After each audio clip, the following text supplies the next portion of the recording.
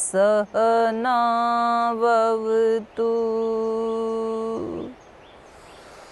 सहनौ भुनक्तु सह वीर्यं करवावहै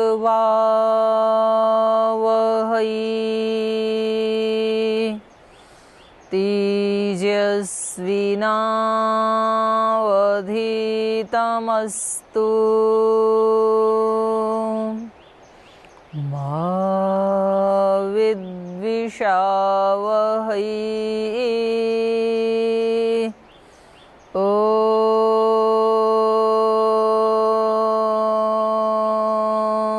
शांति शांति शांति।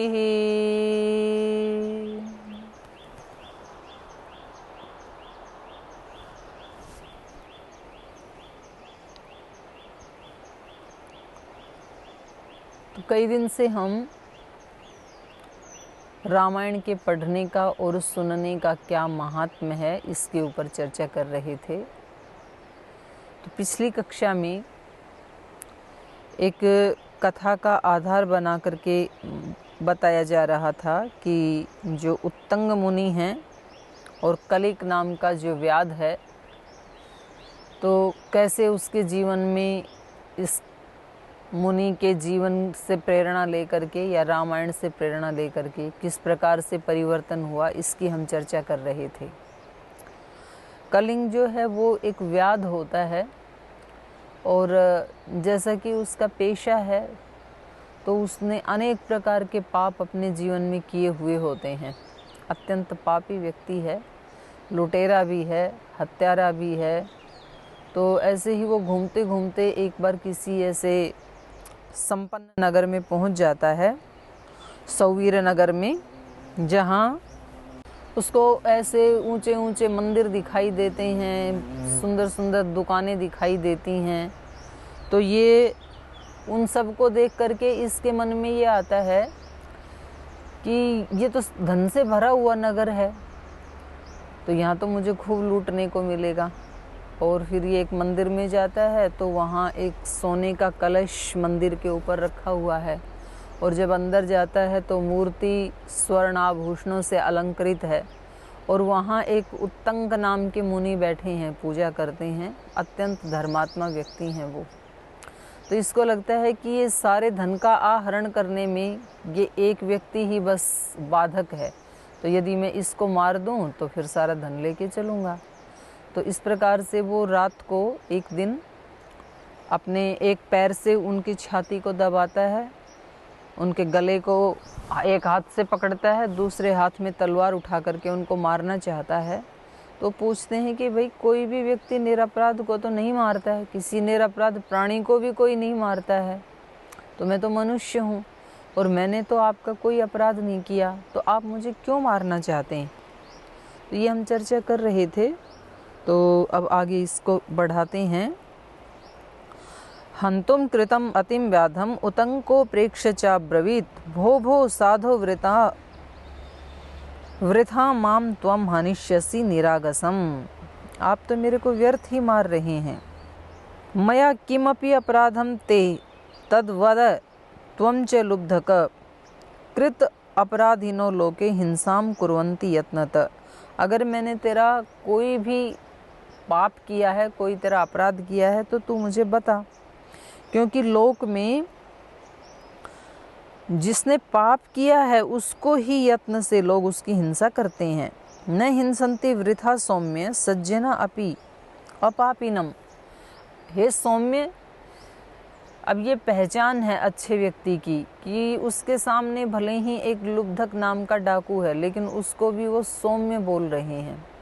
वो कह रहे हैं, हे सौम्य, बिना अपराध के तो इस संसार में कोई किसी की हत्या नहीं करता है, तो आप मेरी हत्या क्यों कर रहे हैं। मैंने तो आपका कोई पाप नहीं किया है।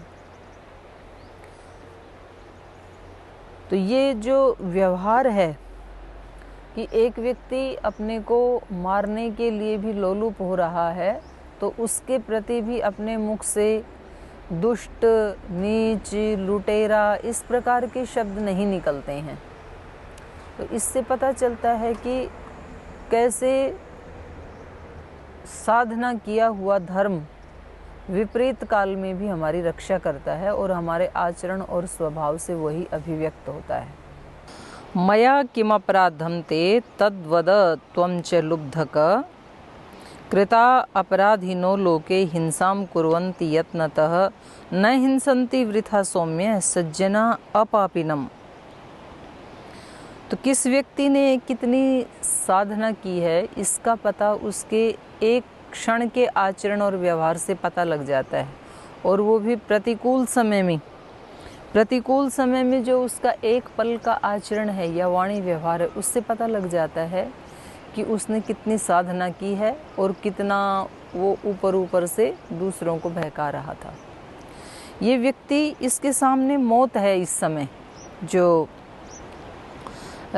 उतंक नाम का मुनि है, मृत्यु को सामने देख करके, और कोई लुटेरा, कोई डाकू, कोई असुर प्रकृति का व्यक्ति सामने खड़ा हुआ है छाती के ऊपर पैर रखे हुए, और उस समय में उस व्यक्ति को सौम्य कहकर के संबोधन करना, तो ये बस इतने इस संबोधन से ही पता लग जाता है।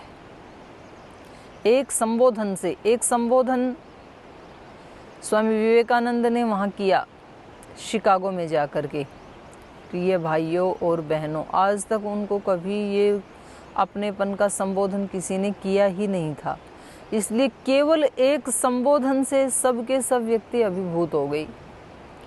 तो इसी प्रकार यहाँ इस व्यक्ति ने, देखो, ये उनकी जान लेने के लिए तैयार है, और ये व्यक्ति उनको कह रहा है, हे सौम्य, हे सौम्य, बिना अपराध के तो इस संसार में कोई किसी को नहीं मारता है, मैंने तो आपका कोई अपराध नहीं किया।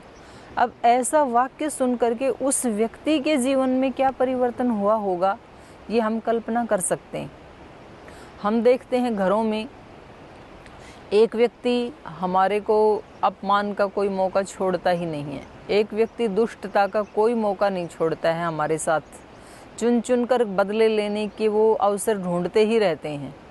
और यदि किसी समय जब वो अत्यंत हमारे ऊपर हावी हो रखे हों और उस समय हमारे मुख से कोई ऐसा शिष्ट संबोधन निकल जाए, क्या ये संभव है?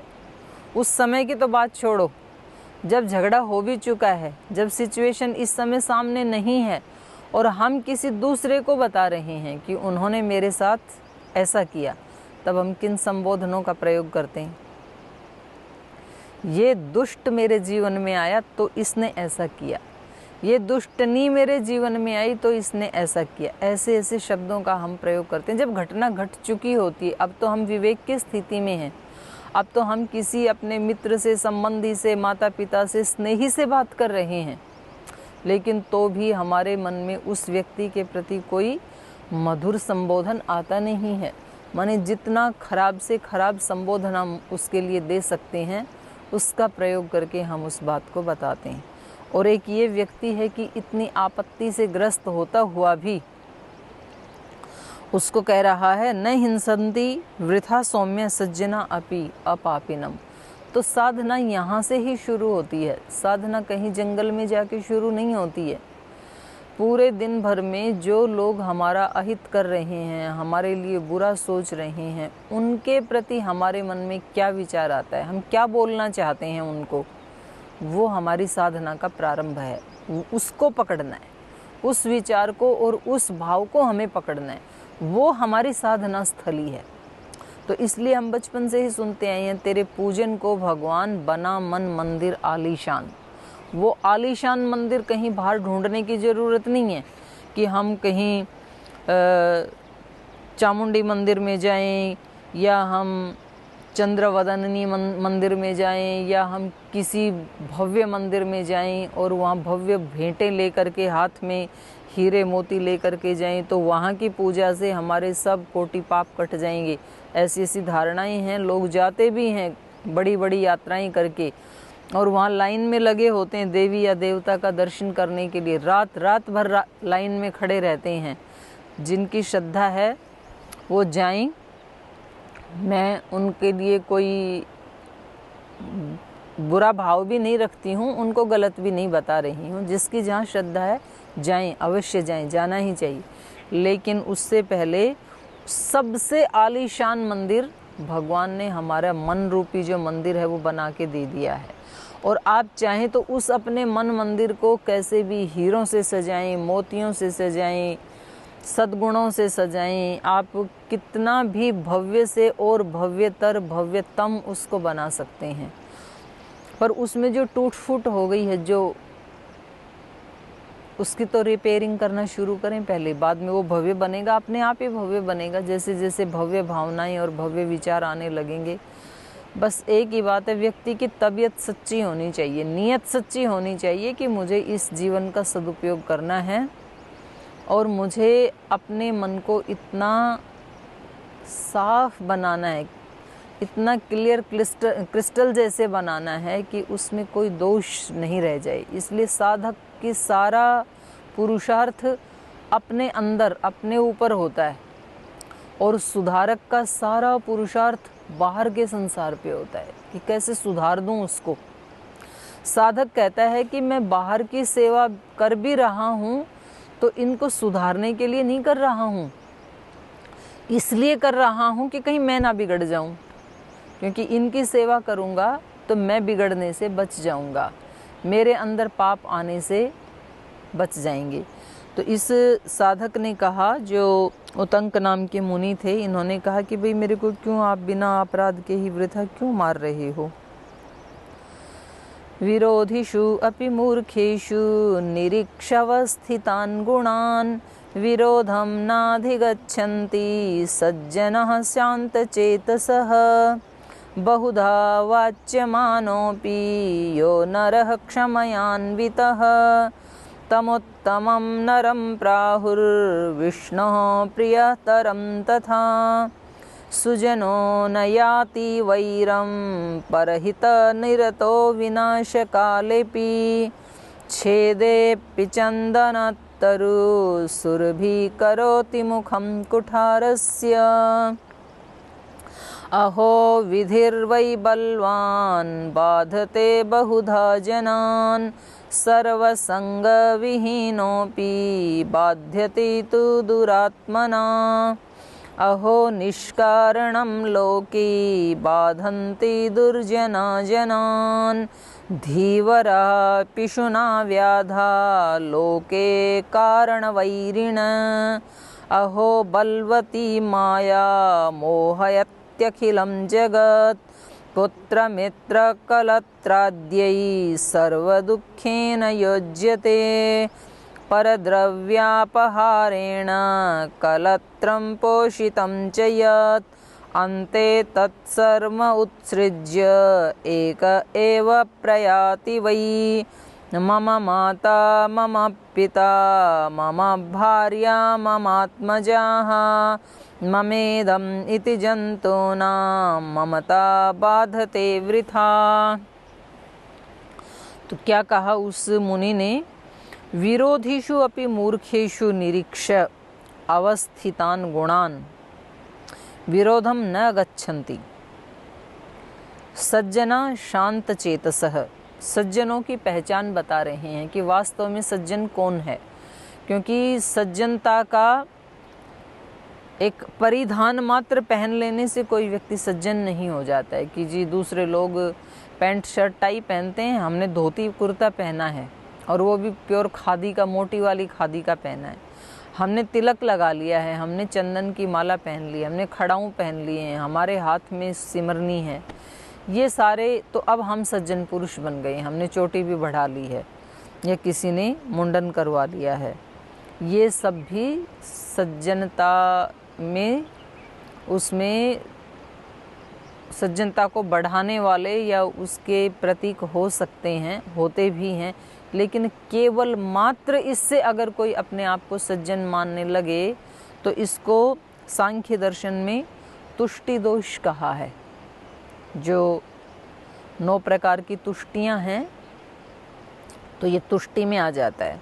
वास्तव में शांत चित्त और सज्जन कौन है, तो ये कह रहे हैं सज्जना शांत चेतसः।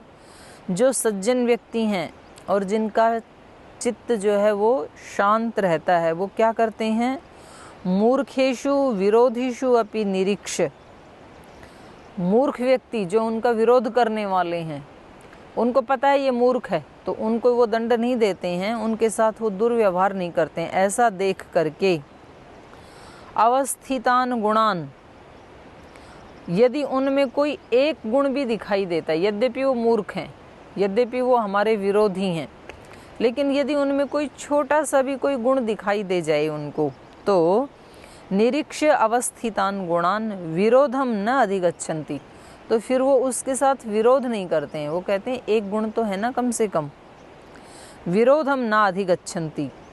बहुधा वाच्यमानोऽपि यो नर क्षमयान्वितः तम उत्तमम उत्तमम नरम प्राहु विष्णु प्रियतरम तथा। और कह रहे हैं बहुधा वाच्यमानोऽपि, वो व्यक्ति बहुत गालियां दे रहा है यद्यपि, क्योंकि वो मूर्ख है और क्योंकि वो हमारा विरोधी है, तो बहुधा वाच्यमानोऽपि यो नर क्षमयान्वितः, तब भी जो मनुष्य क्षमयान्वित, क्षमा से भरा रहता है, तो भी वो क्षमा करता रहता है। दूसरा जो मूर्ख व्यक्ति है, विरोधी व्यक्ति है, वो बार बार गाली दिए जा रहा है, लेकिन ये जो सुनने वाला है ये फिर भी क्षमा से भरा हुआ है, ये अपने अंदर उनको गालियों को नहीं ले रहा है। तम उत्तमम उत्तमम नर प्राहु, तो कह रहे हैं तम नरम उत्तमम प्राहु, उसको उत्तम नर कहा जाता है। और विष्णु प्रियतरम तथा, और वो व्यक्ति उस विष्णु का विश्वव्याप्तौ, तो भगवान तो सब जगह है, तो हम जहाँ कहीं भी ऐसा आचरण करते हैं तो विष्णु हमें देख लेता है, और जैसे ही विष्णु देखता है इस स्थिति को, तो एक व्यक्ति उसकी दृष्टि में दंडनीय हो जाता है, दूसरा व्यक्ति उसकी दृष्टि में कृपा का पात्र बन जाता है, वो उसको उसका प्रियतर बन जाता है भगवान का, कि देखो ये मूर्ख है और ये इसको गाली दिए जा रहा है, ये इसके बारे में बुरा सोचे जा रहा है, और दूसरा ये व्यक्ति है जिसने अपने चित्त को कैसे शांत रखा हुआ है और किस प्रकार से ये इसको क्षमा कर रहा है। तो ऐसे महात्मा बुद्ध के जीवन में एक वृत्तांत आता है कि जब वो किसी गांव में गए, तो उस गांव के बहुत सारे बच्चे जो है वो बौद्ध धर्म के साथ जुड़ गए थे, तो कई जवान लड़कों ने उनकी शरणागति में वो चले गए थे। तो जैसे ही गए तो वहाँ के लोगों ने कहा, अरे ये आ गया लुटेरा, आज फिर कुछ लूट के ले जाएगा, ये चोर है, यहाँ से फिर कुछ चोरी करके ले जाएगा। तो जैसे ही वो गांव के समीप गए तो लोगों ने सब इकट्ठे होकर के, कोई उनको कुछ बोल रहा, पाखंडी है तू, ढोंगी है, और तू हिंसक है, कितने लोगों के जीवन को पीड़ा से भर डाला है तूने, तेरा कभी उद्धार नहीं होगा, और आज हम तुझे इस गांव में पैर भी नहीं रखने देंगे। पता नहीं जो जो मतलब उनका जितना भी आक्रोश था वो सब उन्होंने उसके ऊपर उड़ेल दिया, और महात्मा बुद्ध आराम से ऐसे ही खड़े रहे, उन्होंने बैठने के लिए भी नहीं कहा। 1 घंटे तक उन्होंने गालियों की झड़ी लगा करके रखी महात्मा बुद्ध के ऊपर, और जब वो बिल्कुल भी कुछ बोले ही नहीं तो 1 घंटे के बाद वो लोग भी शांत हो गए। फिर तो 1 मिनट का ऐसा अंतराल आया बीच में कि ना इधर से वो कुछ बोल रहे थे, ना उधर से महात्मा बुद्ध कुछ बोल रहे थे। तो 1 मिनट जब वो कुछ भी नहीं बोले तो फिर महात्मा बुद्ध ने कहा कि अगर आपकी गालियाँ समाप्त हो गई हों तो मैं अगले गांव में जाऊं, क्योंकि मैं तो इधर से गुजर रहा था, आज मैं आपके गांव में नहीं आया था, लेकिन जब मैंने देखा कि आप लोग बहुत आक्रोशित हो रहे हैं तो मुझे लगा कि आपके मन में बहुत एक पीड़ा है, और यदि आप बोलेंगे तो उस पीड़ा से आप मुक्त हो जाएंगे, तो मेरा काम ही संसार को पीड़ा मुक्त करने का है, तो इसलिए मैंने शांत होकर के सुन लिया। अब यदि आपकी आज्ञा हो तो मैं अगले गांव में चला जाऊं। तो खैर उन लोगों ने तो फिर बहुत पश्चाताप किया, उनके पैर पकड़े कि हम क्या करें, हम अज्ञानी हैं, हमें तो इस संसार के रिश्ते नाते ही सच्चे समझ में आते हैं, और जो कोई उसमें बाधक बनता है तो वो व्यक्ति हमें बहुत बुरा लगता है, और क्योंकि आपके कारण हमारे बच्चों ने ये मार्ग अपनाया, लेकिन अब आपके जीवन को देख करके हमें ये लगता है कि मानव जीवन को प्राप्त करके तो ऐसी स्थिति प्राप्त करना ये ही सर्वोच्च उपलब्धि है। हमारे जैसे कीट पतंग जैसे आते रहते हैं, जाते रहते हैं, झगड़ा करते रहते हैं, नाराज होते रहते हैं। इस स्थिति को पाना तो एक तरह से तो आपने हमारे बच्चों को ही नहीं बल्कि हमारी 7 पीढ़ियों को तार दिया है। अगर हमारे बच्चे इस प्रकार की शिक्षा लेकर के ऐसे नेक इंसान बने जैसे कि आप, तो आपको देखने मात्र से ही लोगों के पाप नष्ट हो जाते हैं। तो उन्होंने क्षमा मांगी तो भी महात्मा बुद्ध शांत रहे।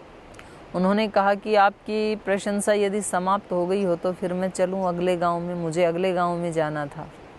तो जो महापुरुष होते हैं वो ना तो अपनी प्रशंसा से ऐसे फूल जाते हैं, बहुत प्रभावित हो जाते हैं, और ना वो अपनी निंदा करने वालों से ही परेशान होते हैं।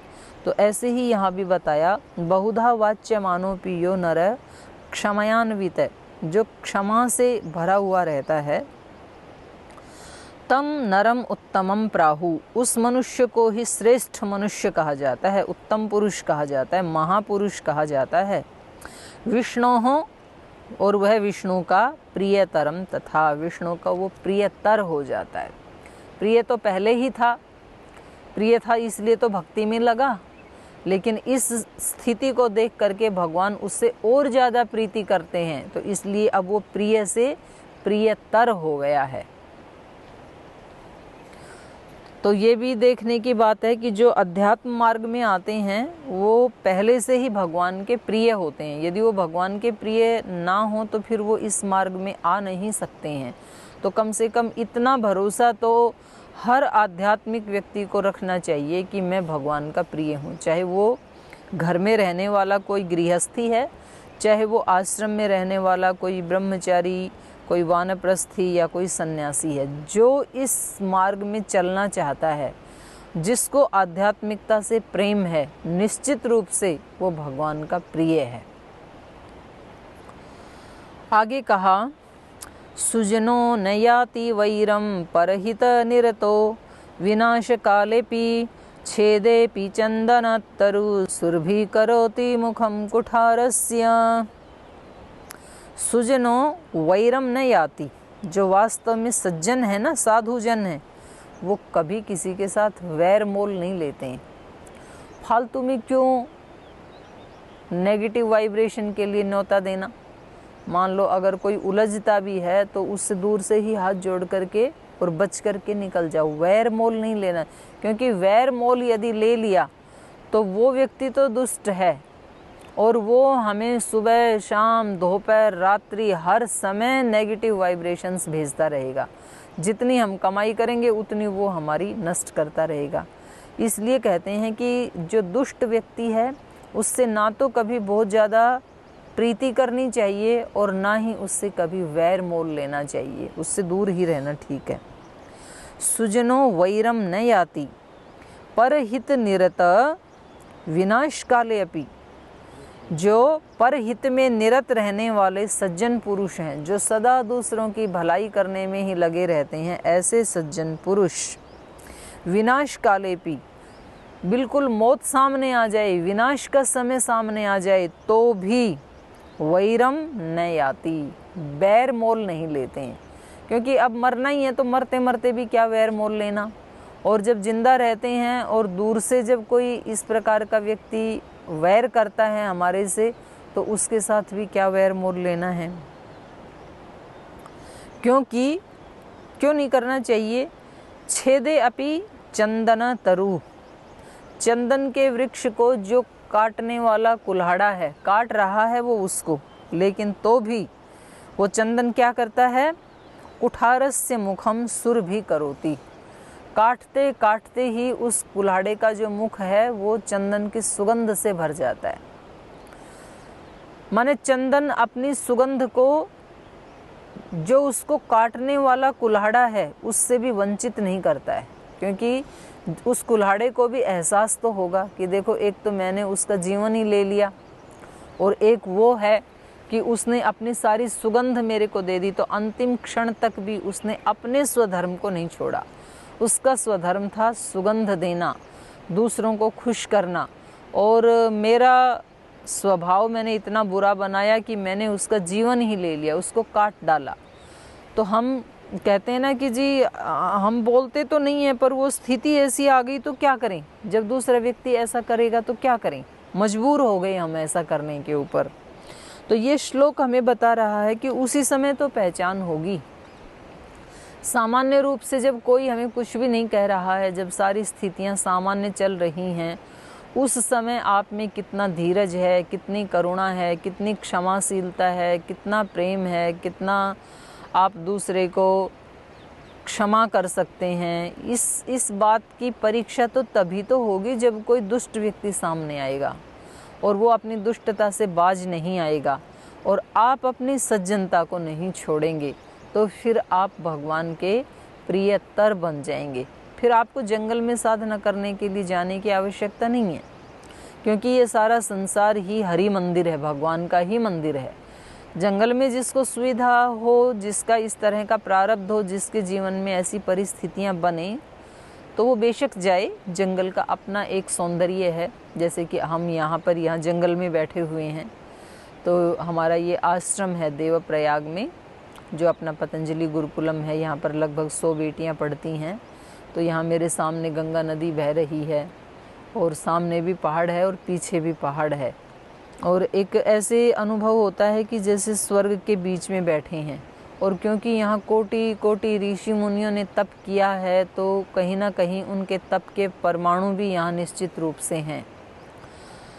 तो ऐसा किसी को अवसर मिले तो ज़रूर जाना चाहिए। लोग जाते भी हैं यदि ऐसे अवसर पर वहाँ पर, तो भी वो इसलिए जाते हैं कि सैर सपाटा करके आ जाते हैं। कुछ खाने पीने के लिए ले जाएंगे, कुछ वहाँ दारू ले करके जाएंगे, कुछ वहाँ मिठाइयाँ लेके जाएंगे, कुछ चाट पकौड़ी चाय लेके जाएंगे, फिर वहाँ बैठ के खाएंगे, थोड़ा डांस करेंगे, नाचेंगे कूदेंगे, वापस आ जाएंगे।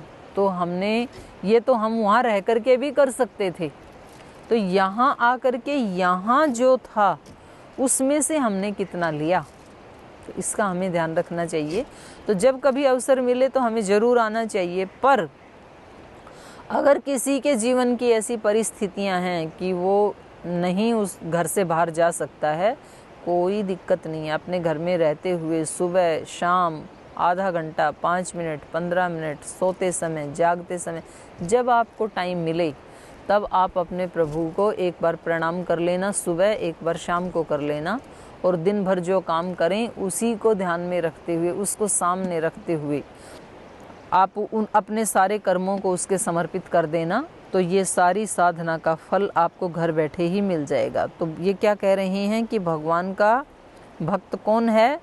जो विपरीत परिस्थिति आने पर भी अपने स्वधर्म को, अपने अच्छे स्वभाव को, अपनी सज्जनता को, अपने धर्मात्मापन को, अपनी आध्यात्मिकता को नहीं छोड़ता है, वो व्यक्ति भगवान का प्रियतर है। और ये इन्होंने एक वृक्ष से हमें उदाहरण दिया। और भी बहुत सारे उदाहरण हैं। कुछ गन्ने का उदाहरण भी देते हैं कि जब उसको पेलते जाते हैं मशीन में, तो यद्यपि उसका तो अस्तित्व मिटा दिया, लेकिन वो मरते मरते भी उस व्यक्ति को अपना मधुर रस दे के जाता है। गन्ने की मशीन में जब गन्ने को डाला जाता है तो वो रस हमें बहुत अच्छा लगता है, लेकिन एक बार एक दृष्टि उस गन्ने की स्थिति पे भी डालना, उसका तो अस्तित्व ही मिट गया। हमें अच्छा लग रहा है, लेकिन वो हमें क्या प्रेरणा दे के चला गया कि पेले जाने पर भी, इतना कष्ट आने पर भी, यहाँ तक कि जीवन जाने पर भी उसने अंतिम श्वास तक भी अपने मधुरता को नहीं छोड़ा, अपने मिठास को नहीं छोड़ा। वो नाराज होकर के कड़वा भी तो हो सकता था। आप कहेंगे कि वो तो जड़ है, वो कड़वा हो ही नहीं सकता है, उसको फीलिंग आ ही नहीं सकती है। कोई भी चीज़ इस संसार में ऐसी नहीं है जो भगवान से रहित हो। कुछ में चेतना का ज़्यादा विकास है, कुछ में कम विकास है, और उदाहरण समझाने के लिए होते हैं, वो पूरे पूरे घटित नहीं होते हैं। तो किसी भी चीज़ को देख करके हम ये प्रेरणा ले सकते हैं।